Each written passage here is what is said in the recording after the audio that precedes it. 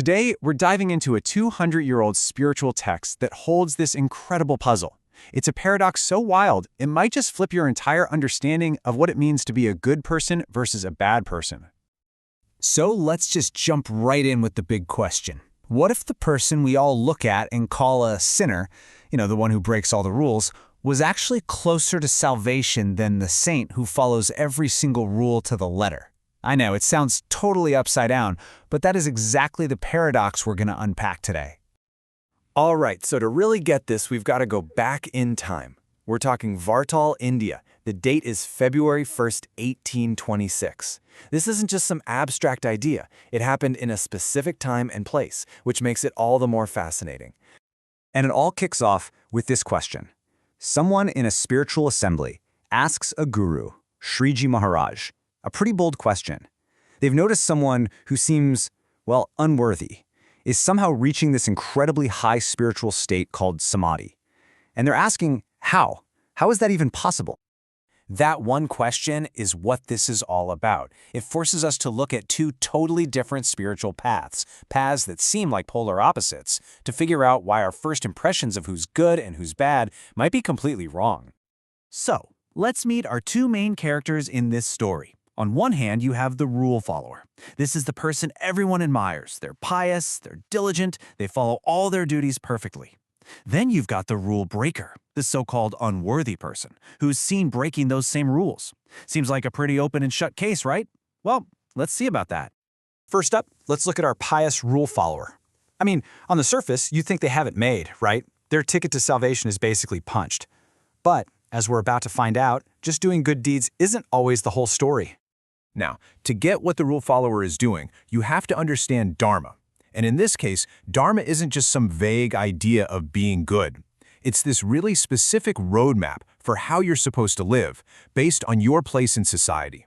It's the playbook our saint is following perfectly. So this person is doing everything right, racking up good karma, looking like a total model of piety. But there's a catch, and it's a big one.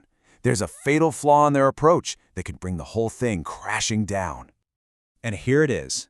This is the bombshell. The text says that if this super pious person slanders or speaks ill of God or his saint, a true spiritual guide, then every single good deed they have ever done is burnt to ashes. Just like that. Poof. All that hard work, gone in an instant. Okay, so if the saint's path is that delicate, what about the rule breaker? You'd think their case is hopeless, right? Well, not so fast. The text lays out this incredibly direct, almost simple path for them to find redemption. And just look at this path. It's not about performing 1,000,000 rituals or following 1,000 rules. It all comes down to a simple, internal change. It starts with one thing: sincerely, genuinely appreciating the virtues of God and His sons. According to this text, that one act is so powerful it literally erases their sins, purifies their soul, and leads them straight to samādhi. And just so we're all on the same page, samādhi is a huge deal. This isn't just feeling peaceful for a moment. We're talking about a state of direct, intuitive union with the divine. It's the absolute peak of spiritual achievement. And this text is saying it's within reach for the so-called sinner. And to really hammer this home, the text makes it clear just how total this redemption is. It says this one act can wipe away even the 5 grave sins. We're talking about the worst of the worst things a person could do. That's how powerful this path is. So by now, you've probably spotted the common denominator here, right? In both stories, there's one single factor that changes everything. It's the one variable that explains how a saint can fall and a sinner can rise. And that key is the Satpurush. So what or who exactly is the Satpurush? Well, the text defines this figure as the true sant, a perfected spiritual master. This is someone who has a constant, direct line to God. And here's the kicker. They have the ability to lead other people to salvation. They are the key. And this gets us to the core of it. The whole argument is that it's not about the external rules you follow or break. The ultimate spiritual litmus test, it all boils down to one thing: your internal attitude, your respect or your disrespect for this perfected spiritual guide. And the text has this incredible analogy to show you just how serious this is. It says, look, sins you commit anywhere else can be washed away if you go to a holy place.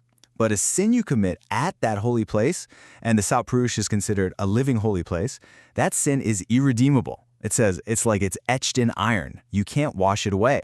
Which leads to this absolutely mind-blown conclusion. Slandering the Satpurush isn't just bad, it's considered worse than any of those 5 grave sins we just saw. And why? Think about it.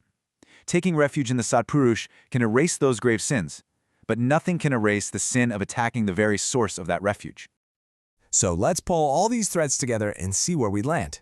This is where it all clicks into place, and we see a complete redefinition of what righteousness actually is. And here you have it, the final spiritual balance sheet. You've got the rule follower on one side. By slandering the Satpurush, all their good deeds get wiped out, and they end up becoming the sinner. Then you've got the rule breaker. By appreciating and taking refuge in the Satpurush, all their sins are erased, and they reach the highest spiritual state. It couldn't be clearer what makes all the difference. And this is the final word from the text itself, its powerful conclusion. It directly answers that first question we had.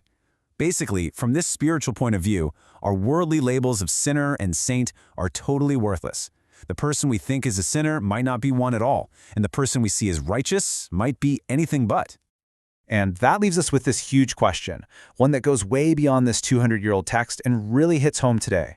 What truly defines us? Is it the checklist of our outward actions, the things we do for everyone else to see? Or is it the direction of our inner conviction, the thing we hold in our hearts with the most faith and reverence? Really makes you think, doesn't it? Thanks so much for diving into this with me.